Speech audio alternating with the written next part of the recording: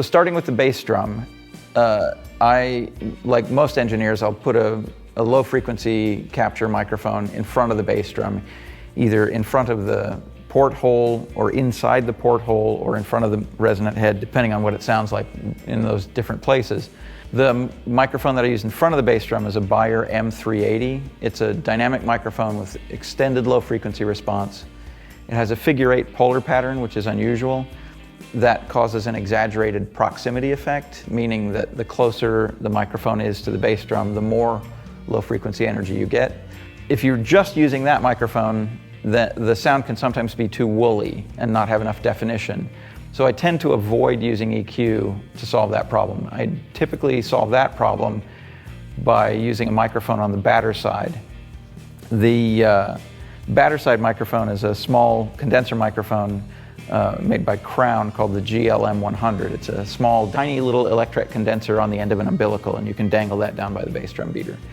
In addition to the microphone channels, there's an electronic channel. I often synthesize a separate, very, very narrow band and have that as a separate fader on the desk so that I can add low frequency energy without causing all the destructive artifacts of an equalizer on the original channel.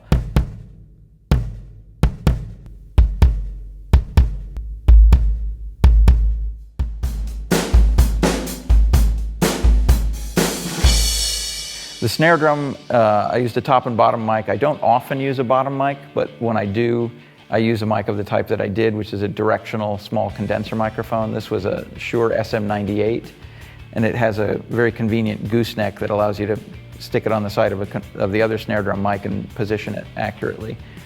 So the SM98 is on the bottom of the snare drum. On the top of the snare drum, I was using an old Altec tube microphone called the 175. It's sort of about the size of a lipstick, but it's a very good sounding microphone. It can handle very high signal pressure levels, so putting it next to a snare drum is fine. The vacuum tube that's inside that microphone is a number 5840, and that's one of a series of vacuum tubes that were developed for military use. So if you can imagine the durability requirements of a vacuum tube that's going to be fired out of a fucking cannon, that's how durable these vacuum tubes are. So which makes them very, very convenient for use in a studio. Whatever I can do to that microphone, it's not going to be firing it out of a cannon. It's going to be fine.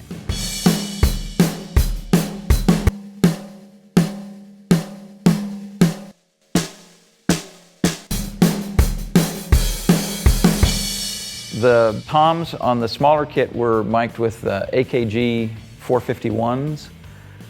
It's a directional condenser microphone. I used top and bottom pairs on the toms. For the floor toms, I was using a larger diaphragm, the AKG C414, and that's a large diaphragm microphone, but it has a really wide frequency response. For the bigger drum kit that we used, the DW drums, I used the E22 microphones on all 4 of those toms. David Josephson is a mic maker from San Jose, and he makes a whole line of microphones. They're all exceptional, but he collaborated with us here in the development of the E22 as a microphone specifically for use on drum kits.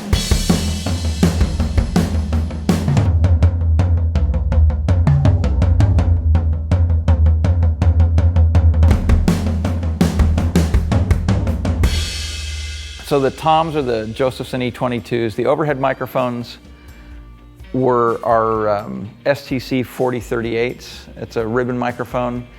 The 4038s are positioned over the shoulders of the drummer, sort of slightly overhead high.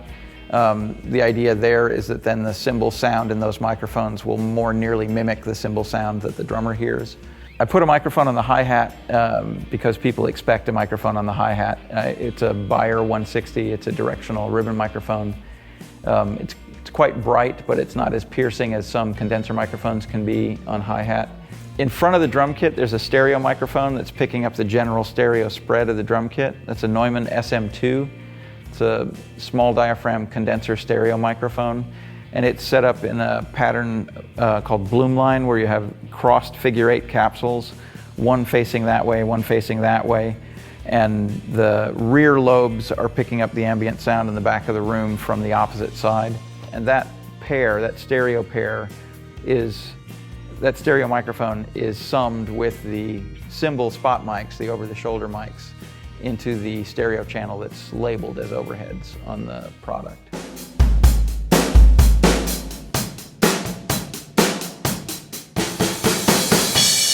On the floor on either side of the bass drum, maybe 10 feet out from the drum kit, are the ambient microphones. Those are Omni microphones. I've used a lot of different mics in that capacity. In this instance, it was the Neumann CMV 563. Through the glass doors in this room, there's another distant ambient microphone. That's kind of a special purpose mic. It's not something that gets used all the time, but whenever we're recording drums uniquely, that is just drums rather than drums as part of a combo, we'll often open the doors and make use of the secondary ambience in this big room.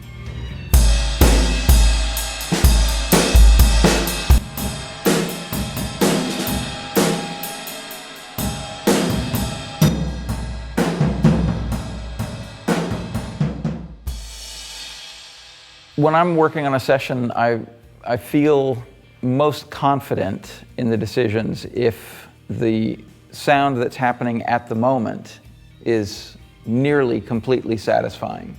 In my estimation, the sound being recorded should be very close to the final sound that people will hear when they buy the record, or I should stop and fix it.